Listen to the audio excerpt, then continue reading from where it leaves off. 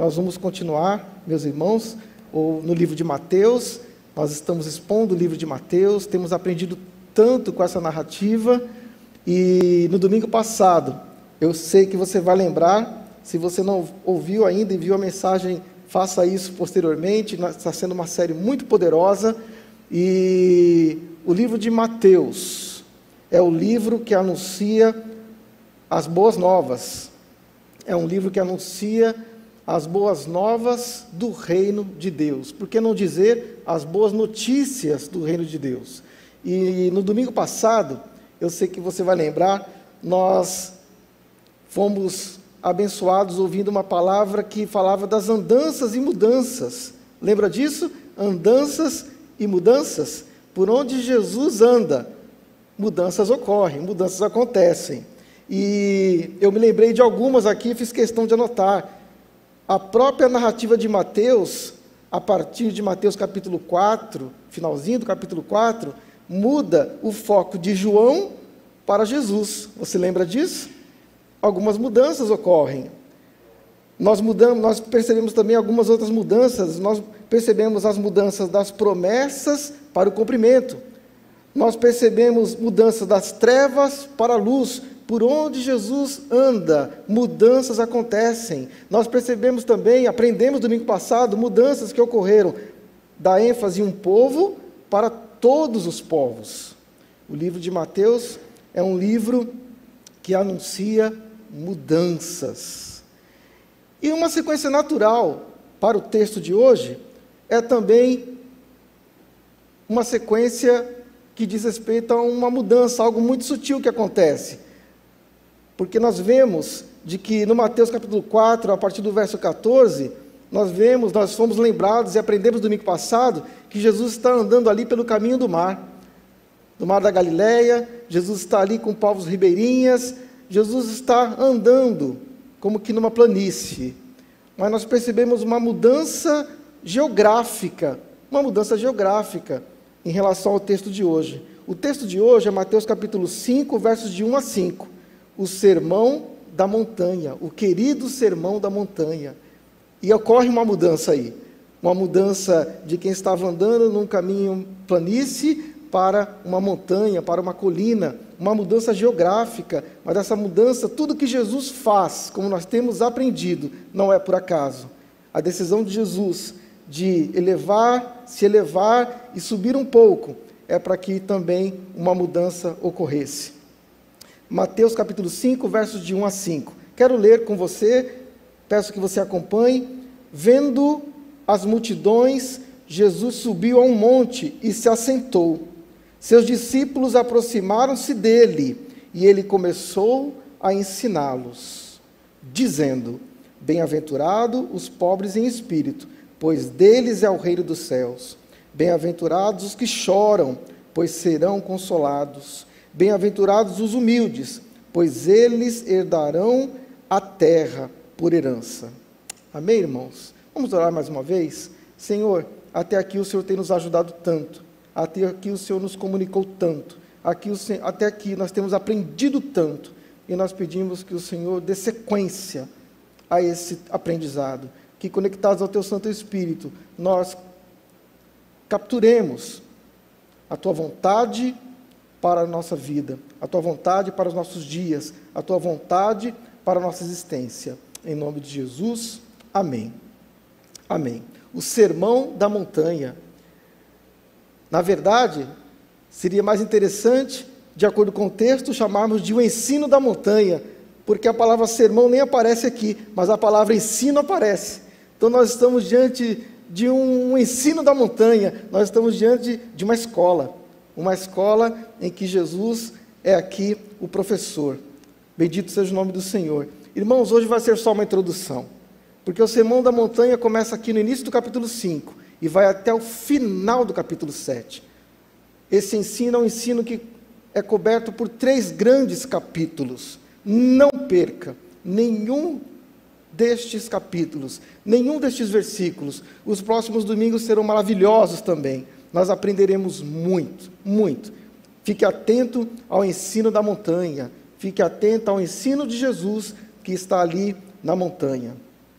Muito interessante quando nós falamos em montanha, porque como nós temos aprendido desde o início da exposição do livro de Mateus, Jesus, o Messias, de certa forma aqui no livro de Mateus, ele personifica, ou ainda, ele rememora episódios que aconteceram no Antigo Testamento, episódios que aconteceram na história de Israel, episódios em que ele está como que rememorando, revivendo, aperfeiçoando, é como se ele estivesse trilhando, espiritualmente falando, de uma forma assim enigmática, ao mesmo tempo simbólica e ao mesmo tempo tão significativa, é como se ele estivesse revisitando a experiência de Israel em seus próprios passos.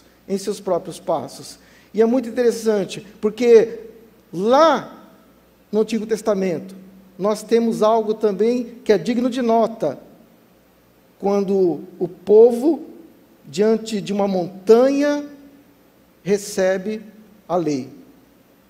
O Monte Sinai, a montanha do Sinai, a tão alta montanha, e nós estamos aqui diante de uma espécie de novo Sinai.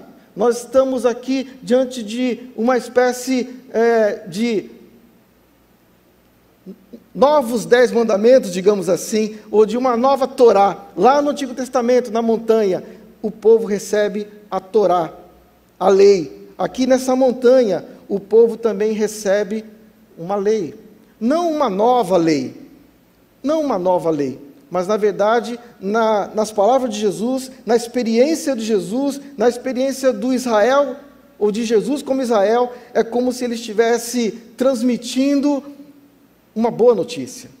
É como se ele estivesse reafirmando a lei da antiga montanha, mas agora anunciando a mesma lei, mas numa nova linguagem. Uma linguagem de boa notícia. Uma linguagem de boa notícia, a linguagem do sim.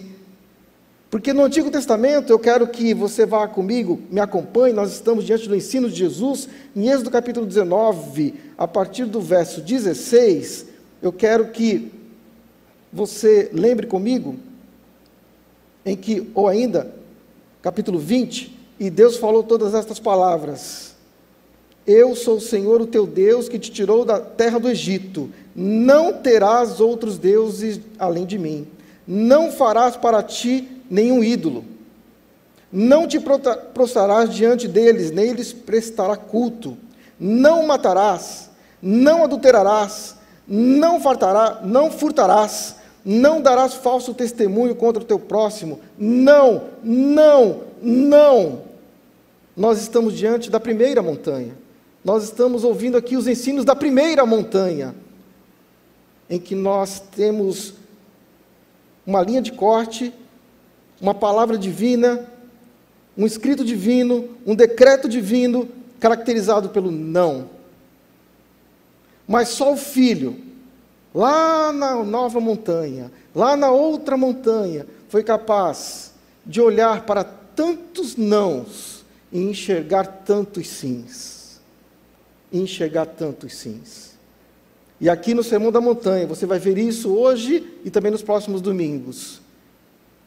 Você vai ver como que Deus, ou como que Jesus, na sua própria experiência, ele enxerga tantos sims, mesmo na antiga montanha. Então, na primeira montanha, ninguém podia chegar perto daquela primeira montanha. Êxodo capítulo 19, versos de 16 a 25, por favor, me acompanhe. Êxodo 19, versos de 16 a 25, acompanhe. Ao amanhecer do terceiro dia, houve trovões e raios, uma densa nuvem cobriu o monte, a primeira montanha, e uma trombeta ressoou fortemente. Todos no acampamento tremeram de medo. Moisés levou o povo para fora do acampamento para encontrar-se com Deus, e eles ficaram ao pé do monte. O monte Sinai estava coberto de fumaça, pois o Senhor tinha descido sobre este monte em chamas de fogo. Dele subia fumaça como que de uma fornalha, meus irmãos. Todo o monte tremia. Meus irmãos, não eram as pessoas que tremiam, o monte tremia violentamente, diz a palavra do Senhor. Verso 19: e o som da trombeta era cada vez mais forte. Então Moisés falou e a voz de Deus lhe respondeu. O Senhor desceu ao topo do monte Sinai e chamou Moisés para o alto monte. Nós estamos diante do primeiro monte. No primeiro monte, ninguém podia chegar perto. Se você continuar a leitura, você vai perceber em que no verso 21 é dito, mesmo ninguém podia chegar perto. Verso 21, e o Senhor lhe disse, desça e alerte o povo, que não ultrapasse os limites para ver o Senhor. E muitos deles pereceram, porque obviamente ultrapassaram o limite, não podia chegar perto. Verso 22, até mesmo os sacerdotes que se aproximarem do Senhor devem consagrar-se, senão o Senhor os fulminará. Palavra do Senhor. Moisés disse ao Senhor, o povo não pode subir ao monte Sinai, pois tu mesmo nos avisaste, estabeleça um limite em torno do monte e declare-o santo. Portanto, diante do primeiro monte, nós temos este paradigma, ninguém podia chegar perto. Todavia, no segundo monte, o monte das bem-aventuranças, o monte do ensino de Jesus, o monte da releitura de Jesus, o monte em que Jesus reafirma, mesmo olhando o não, o sim, Jesus vai dizer, todos são bem-vindos. Aproximem-se, aproximem-se, aproximem-se. Mateus capítulo 4, verso 25, nós lemos e nós percebemos essa transição. Mateus capítulo 4, verso 25, me acompanhe por favor atentamente. Grandes multidões o seguiam, vindas da Galileia. Aqueles que vinham lá do caminho do mar, aqueles que já conheceram Jesus de perto, já estavam seguindo Jesus de perto. E termina o verso 25 do capítulo 4 dizendo isso, grandes multidões, não eram poucos, grandes multidões o seguiam, vindas da Galileia, Decápolis, Jerusalém, Judeia e da região do outro lado do Jordão. Vendo as multidões, Jesus subiu a um monte e se assentou. Só que esse monte é uma colina, não era uma planície, mas também não era uma montanha grande como a do Sinai. Era uma colina. Era uma colina. Interessante que se Jesus estivesse com pressa, provavelmente aqui teria sido dito de uma outra forma. E Jesus se apressou. Mas aqui diz que Jesus se assentou. Ele não estava com pressa. Ele estava de prontidão. Ele estava pronto para dar a boa notícia. E provavelmente num lugar um pouco mais alto, porque essa boa notícia precisava ser ouvida por todos. Essa boa notícia precisava ser ecoada. E obviamente, se valendo da geografia e da questão acústica do local, diz Jesus, ele abre a sua boca e dá as boas notícias. No primeiro monte, nós temos a entrega da antiga Torá, os 10 mandamentos, em que predomina o não. Nesta nova montanha, a montanha das bem-aventuranças, nós temos a entrega da nova Torá, as bem-aventuranças, onde predomina o sim. Bendito seja o nome do Senhor. Nele nós temos o sim. E nele nós temos o sim. Já tínhamos desde o início, no Pai, mas nós temos dificuldade de entender a lei. Então Jesus vem, em sua própria experiência, sendo o próprio Deus, reinterpreta toda a experiência de Israel, rememora e, na sua própria experiência, e aperfeiçoa, e transforma, e reafirma a boa notícia que estava por detrás de toda a lei. No primeiro monte, nós temos um homem empoderado, Moisés, lembram disso? Em Atos capítulo 7, verso 22, eu peço mais uma vez que você me acompanhe, Atos capítulo 7, verso 22, nós temos aqui um homem, ou ainda o relato de um homem empoderado. Atos capítulo 7, verso 22. Acerca de Moisés é dito o seguinte, verso 21. Quando foi abandonado, a filha do faraó o tomou. Lembram disso? Ainda bebezinho. quando foi abandonado, filho do faraó, o tomou, Moisés, e o criou como seu próprio filho. Verso 22 é muito importante. Moisés foi educado em toda a sabedoria dos egípcios e veio a ser poderoso em palavras e obras. Na primeira montanha, nós temos um homem com um currículo invejável. Nós temos um homem com um currículo de primeiro mundo. Excelente currículo. Na segunda montanha, nós temos uma multidão com um péssimo currículo, uma multidão fraca, uma multidão frágil, uma multidão desqualificada. E nós vemos isso em Isaías capítulo 9, versos 1 e 2, que é retomado aqui em Mateus capítulo 4, quando nós ouvimos os ecos de Isaías capítulo 9, versos 1 e 2. Terra de Zebulon e de Naftali, caminho do mar além do Jordão, Galileia dos gentios, o povo que vivia nas trevas, o povo que vivia nas trevas, e nós vimos domingo passado, trevas sociais, trevas na educação, trevas espiritualmente falando, desprezados, pequenos, não valorizados, não reconhecidos, o povo que vivia em trevas, sem currículo, viu uma grande luz. Essa é a segunda montanha. Essa é a mensagem da segunda montanha. Essa é a mensagem da primeira montanha também. Mas aqui nós temos Jesus reafirmando o sim do Pai, reafirmando a intenção do Pai, reafirmando a santidade do Pai, reafirmando o alcance do Pai, reafirmando o alcance da luz. Finalmente, eles viram uma grande luz. A luz já estava lá, mas eles finalmente viram, finalmente foi percebida. Na primeira montanha, um homem empoderado, Moisés. Na segunda montanha, uma multidão sem currículo. E para essa multidão sem currículo, e para essa multidão desqualificada, desarticulada, inadequada, o novo Israel, Jesus vai dizer: bem-aventurados os pobres em espírito, pois deles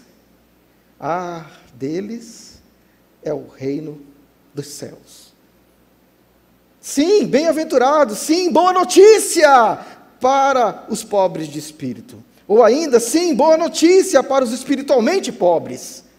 Aqui a ideia é exatamente essa, de pessoas que se perceberam inadequadas, sem currículo, espiritualmente pobres, do caminho do mar. A boa notícia é que quando nós nos percebemos assim, é de que quando nós nos abrimos para Deus, é de quando nós nos percebemos vazios, inadequados, pequenos, desprezados, irritados, esvaziados. A boa notícia é que quando nós nos encaixamos nesse perfil, nós somos abençoados. Há um milagre que acontece aqui, quando nós nos esvaziamos. E eu me lembrei do nosso Jesus, porque Ele foi na frente, Ele foi na frente nos dando exemplo, Ele se esvaziou. Boa notícia para aqueles que se esvaziam, para aqueles que se esvaziam e se consideram pobres espiritualmente, sem recursos para dar conta das tentações, sem dar conta. Muito bem-aventurado. E eu lembrei do pastor Darcy do Zilek, professor Darcy do Zilek, que foi meu professor do pastor Júnior, ainda no seminário, década de 80, 90, parar de falar em datas, né? Já um tempo atrás. E eu lembro como se fosse hoje, ele ministrando numa das aulas, com cabelo branco, branquinho, um acadêmico, falava várias línguas, um acadêmico, dava aula em universidades reconhecidíssimas do Rio de Janeiro e também fora. Ouvi-lo dizer com a Bíblia em suas mãos, dando aula para nós, e eu não sei qual era a aula aquele dia, eu não lembro exatamente os detalhes, mas eu lembro dessa frase, eu nunca mais esqueci, irmãos, em que ele diz: em relação a Deus, nós nunca alcançamos a maioridade. em relação a Deus, nós nunca ficamos de maior, compreende?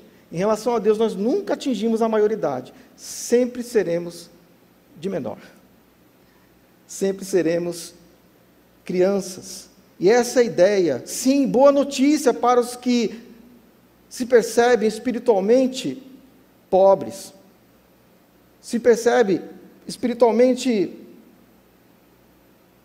indefeso, inadequado. Qual é a boa notícia para mim e para você? Deles é o reino dos céus. Por quê? Porque eles merecem?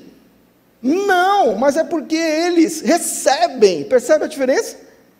Eles estão carentes, eles estão seguindo a caminho do mar. Para onde Jesus for, eles vão. O que Jesus disser, eles ouvirão. Eles estão atentos. Eles merecem. Esses espiritualmente pobres, não, eles não merecem. A diferença é deles o reino dos céus, porque eles recebem. É deles. Eles engolem essa verdade, eles engolem essas palavras, esses decretos, eles entendem, eles recebem isso como lei para eles. Percebem isso? Eles percebem, eles recebem como lei. Bem-aventurados, sim, é uma boa notícia você receber essa palavra como lei em sua existência, em sua casa, em sua vida, em seus relacionamentos, em seu trabalho, naquilo que você pensa, naquilo que você faz, naquilo que você diz. Bem-aventurado é você. Bem-aventurado os que choram, verso 4, pois serão consolados. Sim, boa notícia para os que choram, eles serão consolados. Falar de choro num tempo desse não é fácil. Mas Jesus vai dizer: eu tenho uma boa notícia para você que chora. Eu tenho uma boa notícia para você que chora. Vocês serão consolados. Vocês serão consolados. Toda dor é por enquanto. Me lembrei, ou ainda, ouvi uma música, nessa semana, estava eu e minha filha, estávamos indo para o dentista e tocou essa música e eu quase chorei na hora. Não de dor, mas de alegria. Ouçam, ou ainda, me acompanhem na letra dessa música. Não vou cantar a música, não sei cantar essa música, mas quero pelo menos ler a letra. Toda dor é por enquanto. Toda dor é por enquanto. A tua alegria daqui até o fim, e eternamente. Toda dor é por enquanto. A tua alegria daqui até o fim e eternamente. A alegria verá meu rosto sem lágrimas. Um dia, a alegria verá meu rosto sem lágrimas.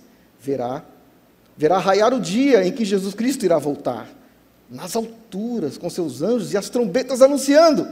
Vem completando a obra que começa agora. Misturada na dor, é verdade, que é por enquanto. Vem completando a obra que começa agora, misturada no amor, que é para sempre. Vem completando a obra que começa agora, misturada na dor, que é por enquanto.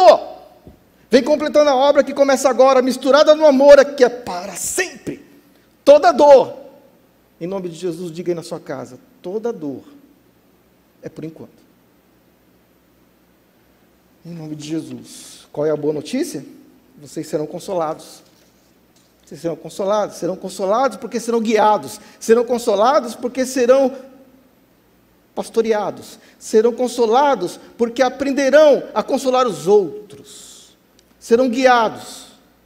Verso 3 de 2 Coríntios, capítulo 1, versos 3 e 5, bendito seja o Deus e Pai de nosso Senhor Jesus Cristo, Pai das misericórdias, Pai do consolo, Pai de toda consolação, verso 4, que nos consola em todas as nossas tribulações, para que a consolação que recebemos de Deus, porque toda dor é por enquanto, possamos consolar os que estão passando por tribulações também, pois assim como os sofrimentos de Cristo transbordam sobre nós, também por meio de Cristo transborda a nossa consolação.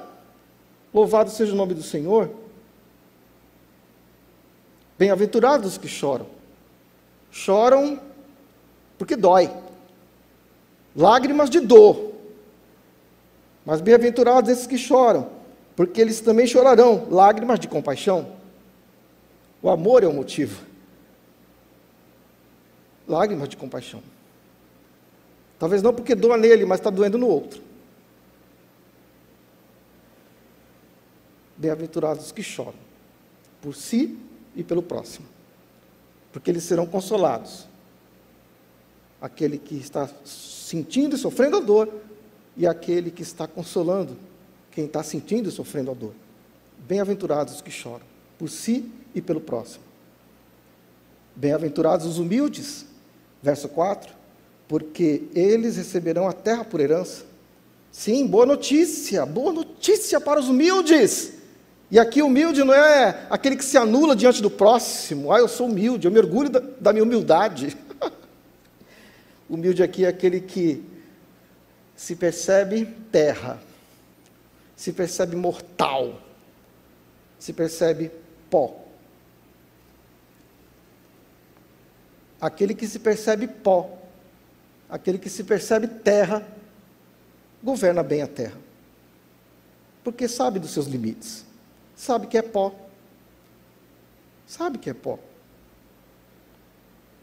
se percebe inadequado, busca ajuda, busca orientação, busca oração, busca sabedoria, se ajoelha, se esvazia, chora por si e pelo próximo, e se percebe pó, se percebe com limites, não dou conta. No grego, a palavra humildade, aqui no texto bíblico, é a palavra humus, que é a ideia de terra, mas não de uma terra qualquer, uma terra humus, uma terra fértil, em que plantando tudo dá. Sim, boa notícia para os humildes, eles herdarão a terra, eles serão férteis. Jesus vai dizer: tomem sobre vocês o meu jugo e aprendam de mim, pois eu sou manso e humilde de coração. Aqui não é um trocadilho, aqui ele está dizendo: olha, eu sou fértil,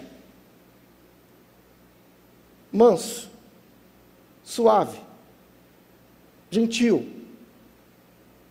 firme, imparável, mas gentil. Eu digo, podem se aproximar. Eu me assento, inclusive, para ouvi-lo, para falar com você. Imparável, mas saudável. Sim, boa notícia para os humildes. Boa notícia.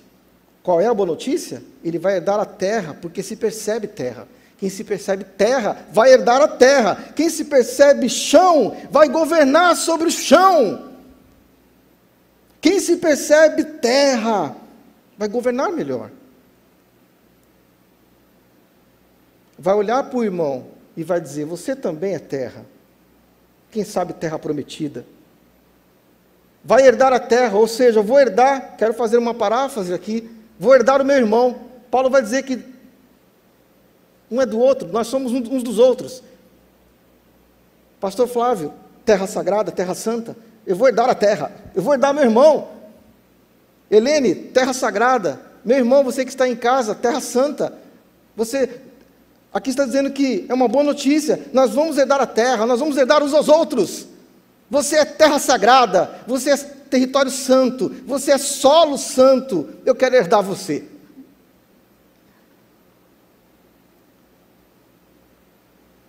Me lembrei do pastor P7, o pastor Júnior citou aqui o pastor P7, saindo do hospital, fizeram uma camiseta para ele, fizeram uma camisa para ele, e na camisa estava escrito assim: Deus me curou do Covid. E ele leu e falou: eu concordo com isso daqui. Foi ele. Foi ele.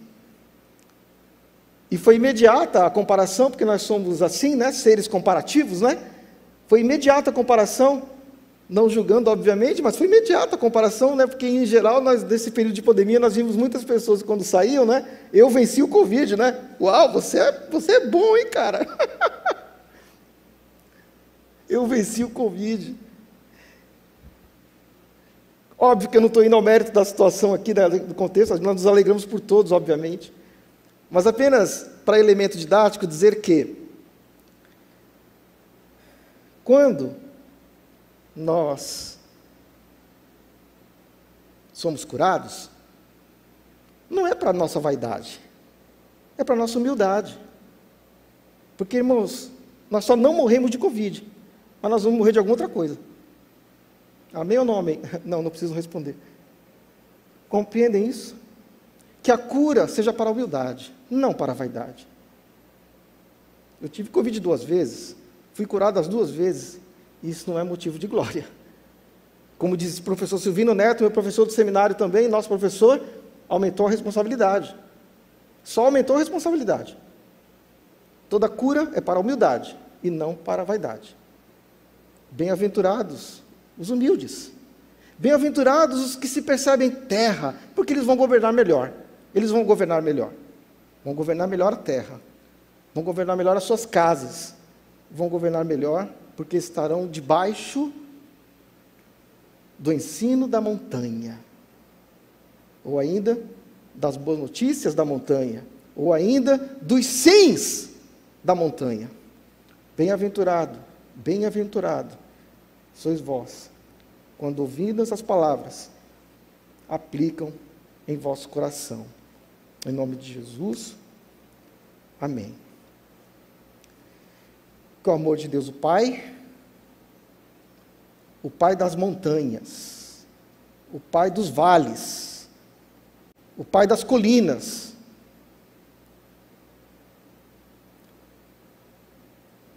do Filho, aquele que interpreta o Pai, aquele que trouxe o Pai, e em nome do Teu Santo Espírito, aquele que comunica a graça, aquele que nos conecta aos ensinos, aquele que dá vida a essa palavra, que o amor do Pai, o amor do Filho, o encorajamento do Espírito, o auxílio do Espírito, seja sobre todo o povo de Deus, reunido aqui, nas casas, espalhados por toda essa cidade, agora e para todos sempre. Amém. Amém.